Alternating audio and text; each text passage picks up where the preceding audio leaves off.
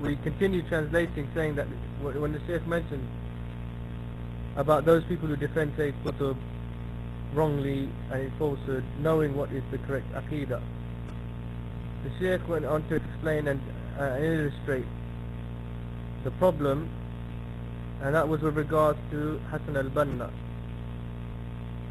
The Shaykh gave an example of how this individual was in trying to gather people together no matter what misguidance they're upon, after knowing the truth. Shaykh said that I had a friend, Sayyid Saad, was a friend of mine, and he used to know also Hassan al-Bannaa.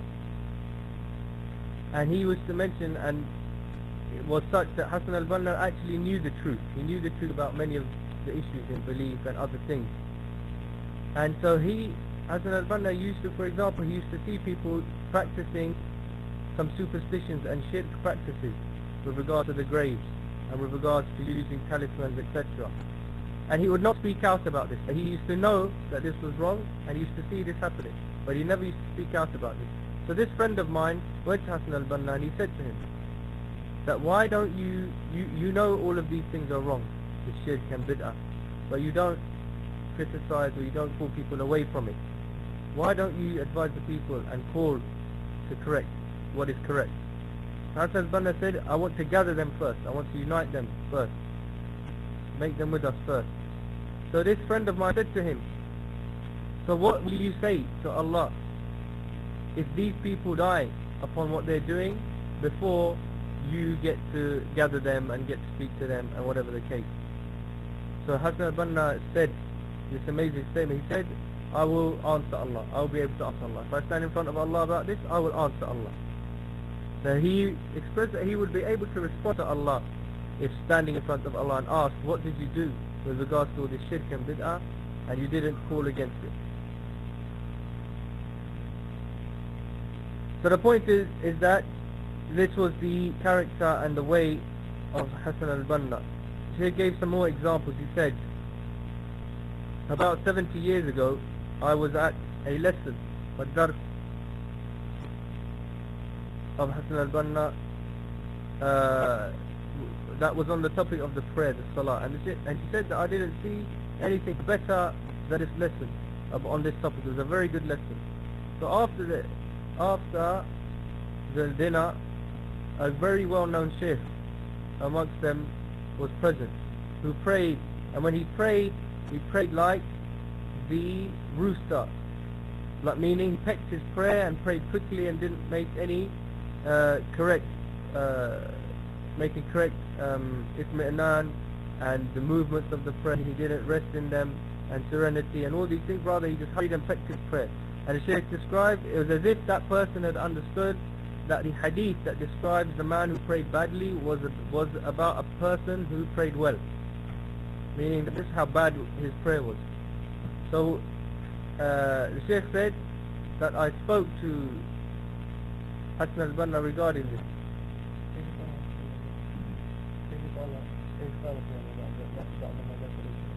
We find that Shaykh Muhammad, our Shaykh Muhammad, he asked Hassan al-Bannaa about this, who this person was, and criticized it and show how bad this was. And so we find again Hassan al-Bannaa using his diplomatic means and as if he agreed with Shaykh Muhammad al-Bannaa and praising him and showing another face to him.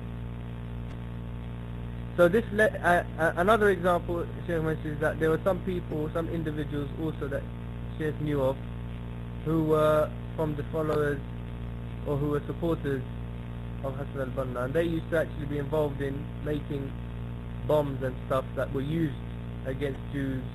In fact, in some incidences where Muslims were also killed. And there was amongst those people one who was Muhammad Bashar. He used to always keep quiet. The others used to speak, but this one used to keep quiet. And this is after the time when our Shaykh had mentioned, due to the mawaqif, due to the attitudes and positions he saw Hassan al-Bannaa making. He used to say to these people, these followers of his, that your Shaykh is a munafiq, he is a hypocrite, he is hypocritical in the way that he acts. So one of these followers, Muhammad Bashar, he always used to keep quiet. And once he came to me, our Shaykh says, and he said that, you know what you said about Hassan al-Bannaa, this is true. Because, and he mentioned the incident to him, that this man used to bring some of the greatest Sufi sheikhs, bringing them in their gatherings. And then at other times, he would be acting with the people of Sunnah as if he was with them. And they would have sessions such as, the Sufi gatherings where they would switch off the light and make the innovative types of dhikr and such matters, after making sure that the people who are Salafi or the people who are upon the Sunnah and following the correct way were not present. So he used to try to, show one thing to one people and then avoid other people seeing other things he was up to. And so this person, Muhammad Bashar, he said to me, yeah, you're right about him, that he is such, he's hypocritical. Likewise, the Shaykh mentioned some other individuals that he knew at that period of time. There was one who was like a poet, an Islamic poet, who he knew, through which also the Shaykh said, I was guided by Allah Ta'ala to and introduced to some of the Salafi books and literature. Hassan al-Bannaa, at that time, he used to be very active in looking and trying to recruit followers. So he used to go around and try to find followers. And so he tried to invite this person, this poet, so that that would strengthen his gathering and strengthen the way of his calling. Some individuals agreed, but I disagreed. I refused. After knowing what he was upon, I refused straight away. I said that I would not do this. The point being that Hassan al-Bannaa was very strange in this manner, that he would speak to everyone and gather people around him. He managed to gather people around him in a way, in that short period of time, in those years that he was active, perhaps in a way that many of the messengers were not able to gather people around them. And the reason being for this is that he would speak to anyone and everyone according to what he knew of their manhaj, what understanding and what persuasion they were upon. He used to talk to everyone on that. So if he ever spoke to Sufi, he would mention Ibn Arabi and praise these people and speak about them on their terms. Then if he spoke to Hanafis, he would do the same with regards to their scholars or their individuals that they follow. And likewise, and if he spoke to the people of the Sunnah, he would do likewise. The point being that this is how he used to try to gather the people. He used to pretend that he was in agreement with every person that he faced, no matter what they were upon. Also, the Shaykh gave an example of the amazing, or the memory that this man also had, which played a part in his activities and in gathering the people. The Shaykh mentioned that in 1937,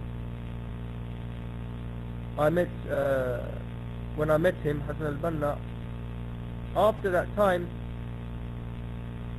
say about 10 years later in 48, I met him once again for the first time in all that time. I had not seen him and he had not laid eyes upon me in all that time. And as soon as he saw me and he met me, he recognized me and my name and my father and all other things and started to speak to me, meaning that he had this amazing memory. And he asked him with regards to had I got married and these matters. And another even more strange thing that is narrated is that they used to, his group, the Ikhwan, they used to have this gathering every 5 years where the people would gather together and they kind of have this kind of reunion type thing. And so this happened once where he would come around and he would meet people and he would recognize them and get to know them. The next 5 years, all of these big groups of people, he would go around to every single one of them and greet them with their names, knowing their and asking them how they were and asking them about incidents that happened to them and things of the past, meaning that this person was strange in this regard as well. But the Shaykh said that this was an ability This is something granted by Allah, either where a person guides or goes misguided or misguides others through it, either for falsehood or truthfulness. And so the Shaykh made a dua, he asked Allah Ta'ala to guide everyone to what is correct. And a brother mentioned that could this type of ability, or could this type of these type of skills be regarded as istidraj, meaning where one is led to punishment, or is led to what is led to punishment and led to what is worse through something that seems to be good for them, meaning that they are led down the path that they follow, even if they seem to have good during the way. And this word istidraj is mentioned by Allah Ta'ala in the Quran. So the Shaykh said, yes, definitely this is the case. And the Shaykh mentioned with regards to his own father,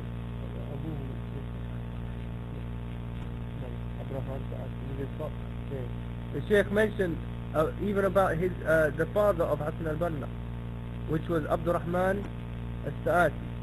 He himself left him when he saw his son Hassan al-Bannaa.